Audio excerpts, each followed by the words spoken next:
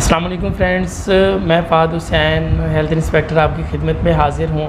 आज का हमारा टॉपिक है माइग्रेन। माइग्रेन क्या होता है, उसका इलाज क्या होता है, क्यों होता है, इस पर हम कंट्रोल कैसे कर सकते हैं। आज माइग्रेन पर हम बात करने जा रहे हैं। आज की इस टॉपिक में आप काइंडली मेरी वीडियो को पूरा देखिएगा, क्योंकि माइग्रेन पर बहुत सारी वीडियोस बनी हुई हैं, लेकिन उसका जो ट्रीटमेंट होता है वो उन वीडियोस में उन्होंने शेयर नहीं किया होता। तो मेरी इस वीडियो में इंशाल्लाह आपके साथ मैं पूरा ट्रीटमेंट शेयर करूंगा, और वो तमाम एहतियातें और वो तमाम चीज़ें जो माइग्रेन पैदा करने का सबब बनती हैं, आज हम उस पर भी डिस्कस करेंगे। आपसे रिक्वेस्ट है, जो दोस्त नए हैं इस चैनल पर, वो मेरे चैनल को सब्सक्राइब करें, लाइक करें और शेयर करें, ताकि मेरी हर आने वाली वीडियो आप तक और उन तमाम अफराद तक पहुँच सके जो इससे मुस्तफ़ीद होना चाहते हैं। तो चलते हैं अपने टॉपिक की तरफ। What is migraine? माइग्रेन या दर्द शकीका। माइग्रेन एक्चुअली आधे सर का दर्द होता है, जिसमें आपके सर का आधा हिस्सा, चाहे वो राइट वाली साइड हो या लेफ़्ट वाली साइड हो, उसमें शदीद पेन होता है। अब राइट वाली साइड और लेफ़्ट वाली साइड जो होती है ब्रेन की, उसमें आपकी जो आई होती है वो भी शामिल होती है। मतलब आँख में शदीद दर्द का होना, सर के आधा हिस्सा आँख समेत जब दर्द होगा, एक साइड दर्द होगी, तो वो माइग्रेन कहलाता है। माइग्रेन या दर्द शकीका, इसकी वजूहात क्या होती हैं वो भी मैं आपसे शेयर करता हूँ कि ये किन वजूहात की बिना पर ये दर्द होता है और इसको कंट्रोल कैसे करते हैं।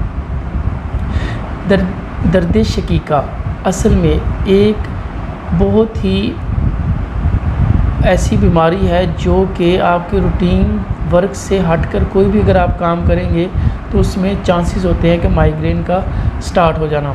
माइग्रेन असल में होता क्या है, जिस तरह अडल्ट्स में वीकेंड में जो जॉब होल्डर्स हैं वीकेंड पर अपनी नींद पूरी करने के लिए बहुत ज़्यादा सो लेते हैं, या फिर अपनी रूटीन की निस्बत से ज़्यादा सो लेते हैं, जिसकी वजह से उनको माइग्रेन स्टार्ट हो जाता है। ऐसे ही अगर बच्चे हों, अगर वो आम रूटीन में सोते हैं, ज़्यादा सोते हैं तो ठीक, अगर वो अपनी नींद पूरी ना कर सकें या किसी वजह से उनकी नींद पूरी ना हो सके, तो उनको भी माइग्रेन का जो मसला होता है वो स्टार्ट हो जाता है। इसी तरह कि दर्द शकीका एक ऐसी मर्ज़ होती है, ऐसी बीमारी होती है जो कि किसी भी काम को अगर रूटीन से वो हट जाए तो इसका नमूदार होना ज़रूरी हो जाता है। अब ये वाला दर्द शदीद किस्म का होता है, ठीक है। इसके अलावा अगर आप कोल्ड ड्रिंक का ज़्यादा इस्तेमाल करते हैं या चाय वगैरह का ज़्यादा इस्तेमाल करते हैं, जिसकी वजह से माइग्रेन हो सकता है।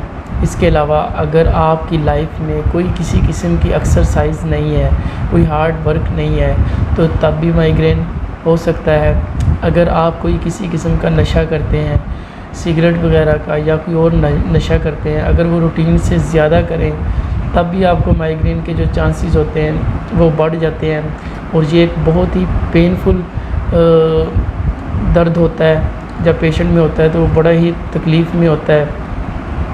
तो ये वाली जो चीज़ें हैं, ये वाली जो रूटीन है, अगर आप बिलफर्ज़ ज़्यादा देर भूखे रहते हैं, आप नाश्ता नहीं करते या शाम रात का खाना जो है वो मिस कर लेते हैं, उस वजह से भी माइग्रेन हो सकता है। तो अब इस माइग्रेन को कंट्रोल करने का क्या तरीका है, हम कैसे इसको कंट्रोल कर सकते हैं। माइग्रेन को कंट्रोल करने के लिए आप जो सी रीज़न्स होती हैं, जिनको आपने अपने आप को भी एग्ज़ामिन करना होता है कि कौन सी ऐसी चीज़ जिसको मैंने इस्तेमाल किया है या ओवरडोज ली है, जिसकी वजह से मुझे दर्द शकीका स्टार्ट हुआ है, आपने ख़ुद भी इस चीज़ को एग्ज़ामिन करना होता है। तो आपने क्या करना है कि आपने अपने खाने पे, अपनी डाइट पर आपने एक पूरी तवज्जो रखनी होती है, अपने डाइट का एक प्लान सेट करना होता है। इसके साथ ही अगर आप धूप में जाते हैं, बहुत ज़्यादा गर्मी है, तो आप सन ग्लासेस का इस्तेमाल करें, ताकि सूरज की रोशनी जो है वो आपकी आंखों को नुकसान ना दे।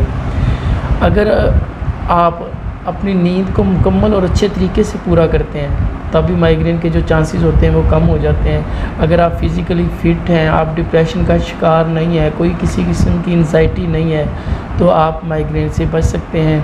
क्योंकि माइग्रेन की एक वजह ये भी होती है कि अगर आप ज़्यादा डिप्रेशन में हैं या एंजाइटी में हैं, तो माइग्रेन का मसला स्टार्ट हो सकता है, और ये बड़ा ही पेनफुल मसला होता है।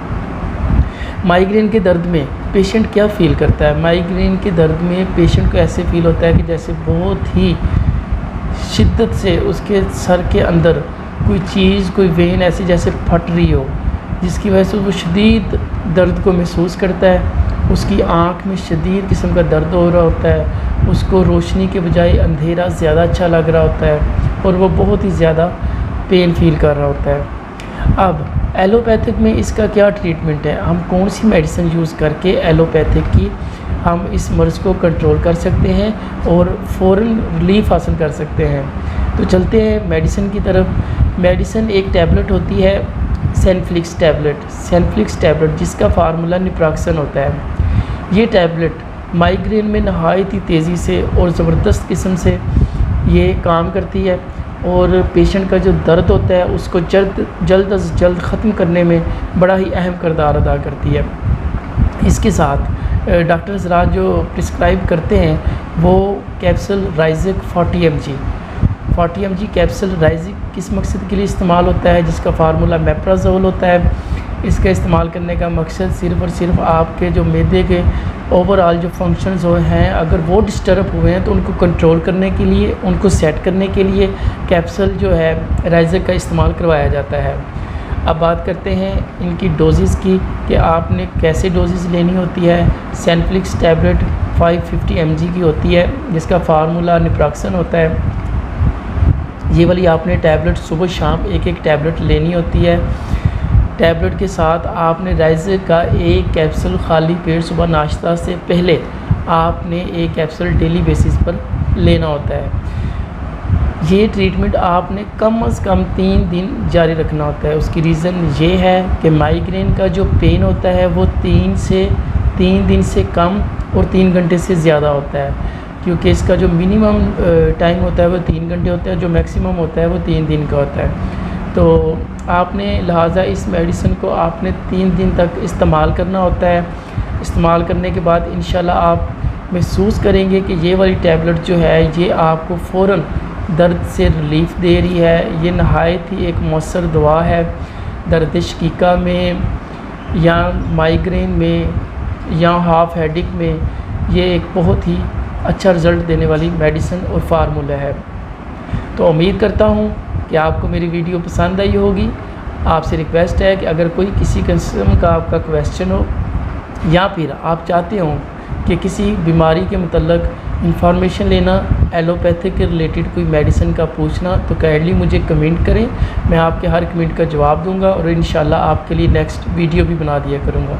Thank you so much.